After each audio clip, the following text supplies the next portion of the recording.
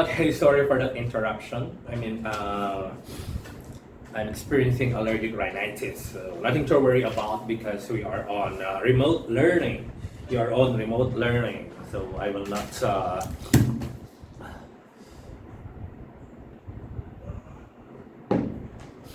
give you the flu. Okay, so we were talking about a while ago about the fifth type of curriculum, which is assessed curriculum. Okay, so taught and supported curriculum, okay, or curricula have to be evaluated in order for the teacher to know whether he or she is successful in delivering the subject matter. Okay, it is also for the teacher to determine whether the objectives set by him or her are achieved, okay, by the learners. Okay, so assessment is made, okay, before, during, and after the delivery of the lesson. Okay, so that's why, okay, it is called as assessed curriculum. Okay, because the taught curriculum, the written curriculum, the taught curriculum that was implemented will now be undergoing, okay, assessment, okay, as to the whether the students were able to, the learners were able to achieve, okay, the objectives of the lesson. Okay, so assessed curriculum can either be, okay, and because we always say in assessment and evaluation there are three types of assessment. Okay, assessment or goals of assessment, assessment for learning, assessment as learning, and assessment of learning.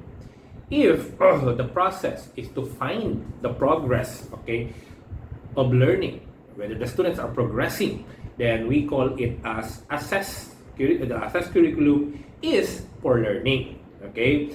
But if we would like to find out how much, okay, how much has been learned or mastered by the students, okay, then we consider it as assessment of learning. So, in your subject assessment of learning 1 and 2, you will learn, okay, the concept of assessment, okay? So, what I would like to point out here, class, is curriculum, okay, when it is assessed, okay, in a manner in which the teacher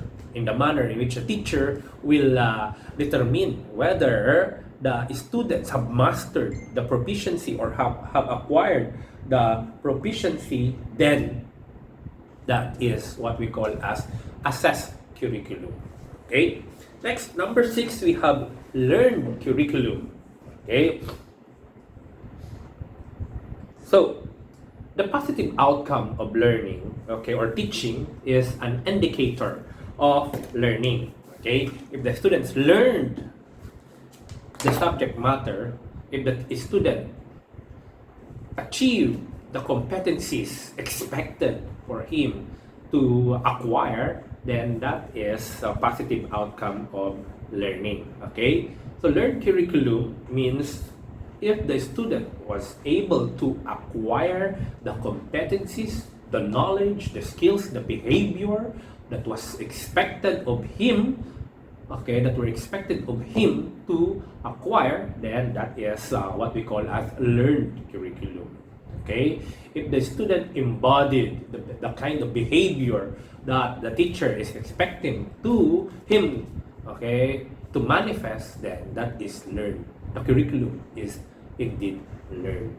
Okay, if the student showcases the knowledge, okay, ayan, na kailangan niya, okay, then that is learned curriculum. If the students demonstrate the skills, okay, nagawa niya, okay, na-manipulate niya yung kailangan manipulate, nakabuo siya ng kailangan buuin, okay, then curriculum is said to be learned. The curriculum is said to be learned. Okay, and lastly, hidden or implicit curriculum. Okay, so the curriculum, this kind of curriculum is not deliberately planned, okay, but has a greater impact on the behavior of the learner. Okay, So peer influence.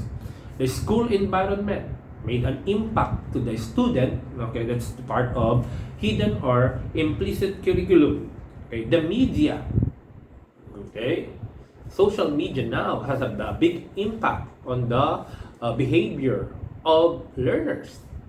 Okay, then that's part of what we call as hidden curriculum. Okay, parental pressures, societal changes, cultural practices, natural calamities. Okay, these are some factors that create what we call as hidden curriculum. These are not planned. Okay, hindi to kasama sa proseso.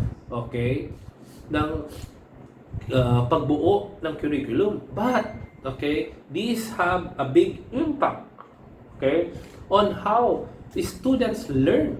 Then that is what we call as hidden or implicit curriculum. Thank you very much. Okay, we are going to continue later our discussion on lesson 2. Okay, the teacher as a curricularist. Thank you. Good morning. See you later.